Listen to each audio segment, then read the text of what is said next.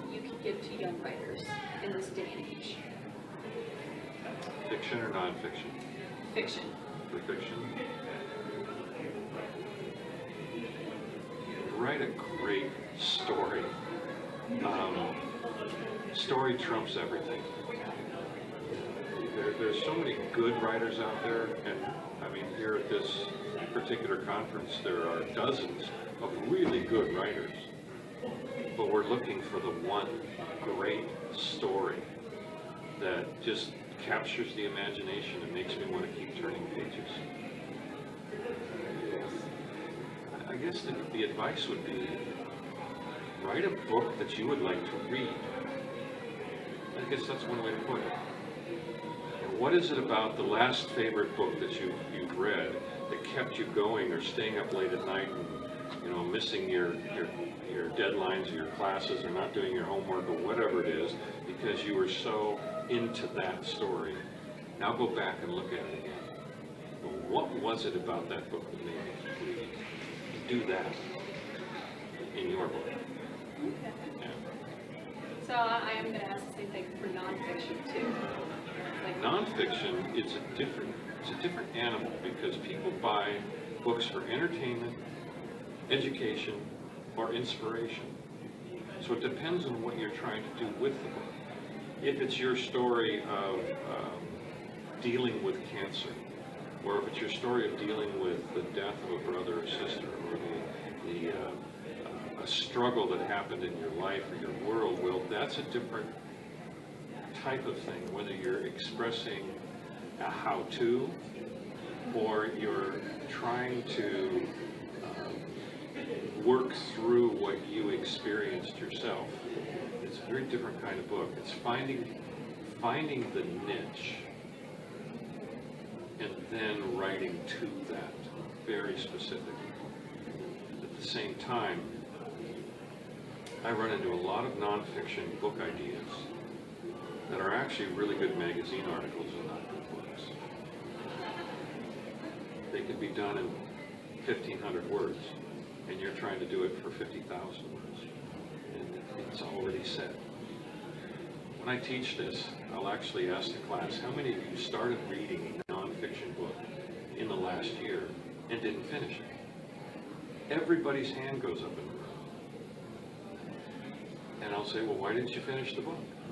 And it's commonly, it's statements like, well, they already said it and they started to bore me. Or I found something else that's more interesting. Or the book didn't deliver what it promised. Or it was poorly written. Or all those kinds of things. And when I asked that question, I said, listen to yourselves. Don't do that to your readers. In other words, go back to your own reading experience and let that teach you in the kind of writing you want to do. So, do you write anything? I have a blog that I write. I write every Monday. And by the way, if your viewers, I highly recommend this, that you go to www.stevelaube, it's L-A-U-B-E, pronounced L-O-B-B-Y, laube.com, and sign up for the blog. Monday through Friday, you will get an email from us.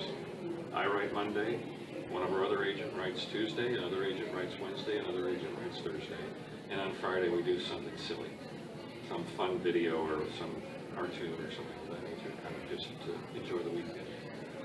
I've had the blog described as a community college course on publishing.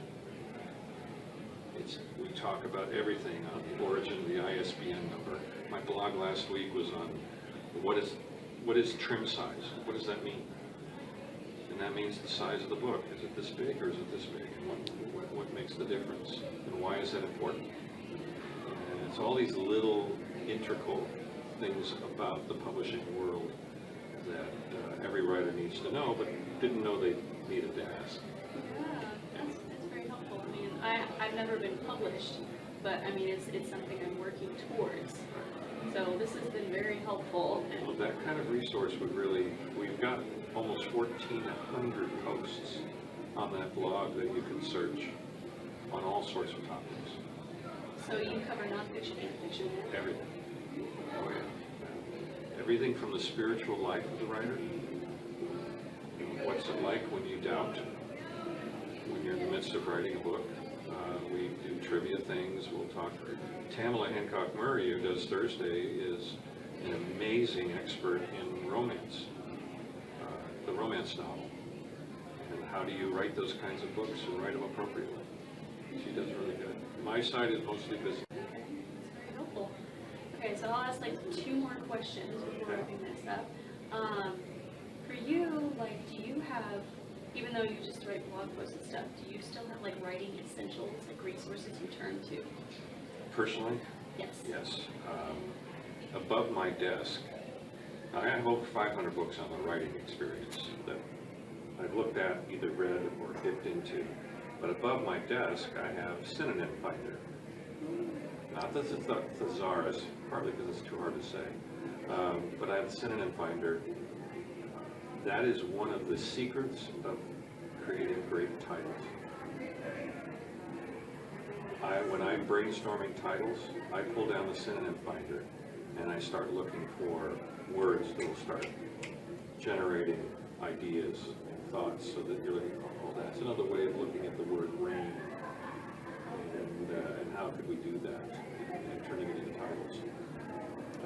Then the other reference books that are up there are all about contracts. I've got about 6 books on contract law, intellectual property contract law, that I resource and look to on a regular basis.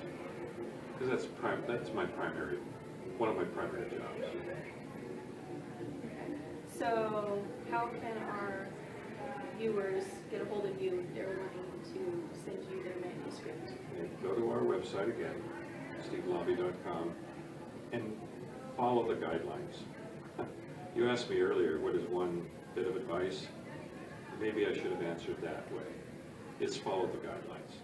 The guidelines are very specifically laid out.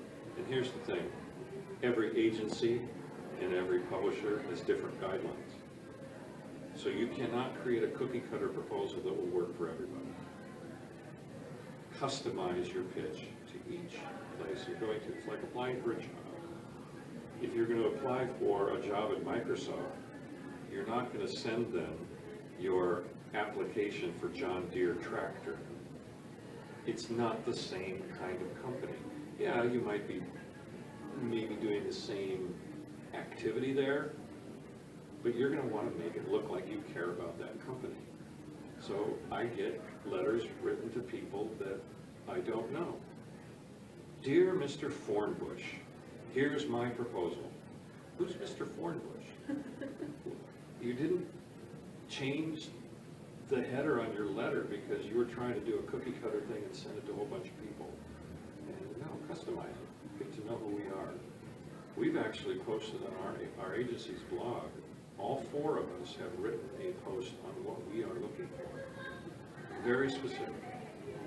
So you don't send something to Tamala that you would be sending to me, or send something to Dan or to Karen that you would be sending to me. We're very different people, have different interests. So just follow the guidelines and you'll be good. It's all written out there. All right, well, thank you very much for agreeing to this interview. I know I've learned a lot, and I'm sure this will be a gold mine of information for everyone else who watches it. Are there social media sites that we can Well, it's find primarily our blog. We also have a Facebook page. There's a Steve Laube Facebook page, and there's a Twitter feed. I think it's hashtag Steve Laube Agent. And actually, I use the Twitter feed as a means to send out approximately 30 or 40 links to good writing articles every week. Not ones that we've written, but ones that I've found. Because I'm following 300 other blogs every day, and I'm looking for information for writers or about the industry, and every once in a while I'll just post up that link, and I use Twitter for that. Yeah. Okay. All right, well, there you have it. If you are looking to publish something, an awesome literary agent who will be tough on you, but will get you where you need to go. All right. Well, thank you for having me. Thank you. All right.